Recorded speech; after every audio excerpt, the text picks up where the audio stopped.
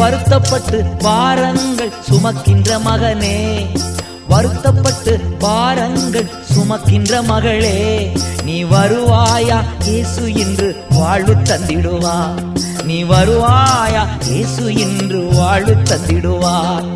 பாவம் மன்னிப்பின் நிச்சயத்தை பெற்றுக்கொள்ள வேண்டும், பரலோகத்தில் ஓர் இடம் நீ பெற வேண்டும். இயேசு தருகிறார், இன்று தருகிறார், அதற்காகத்தான் சிலுவையிலே ரத்தம் சிந்திவிட்டார்.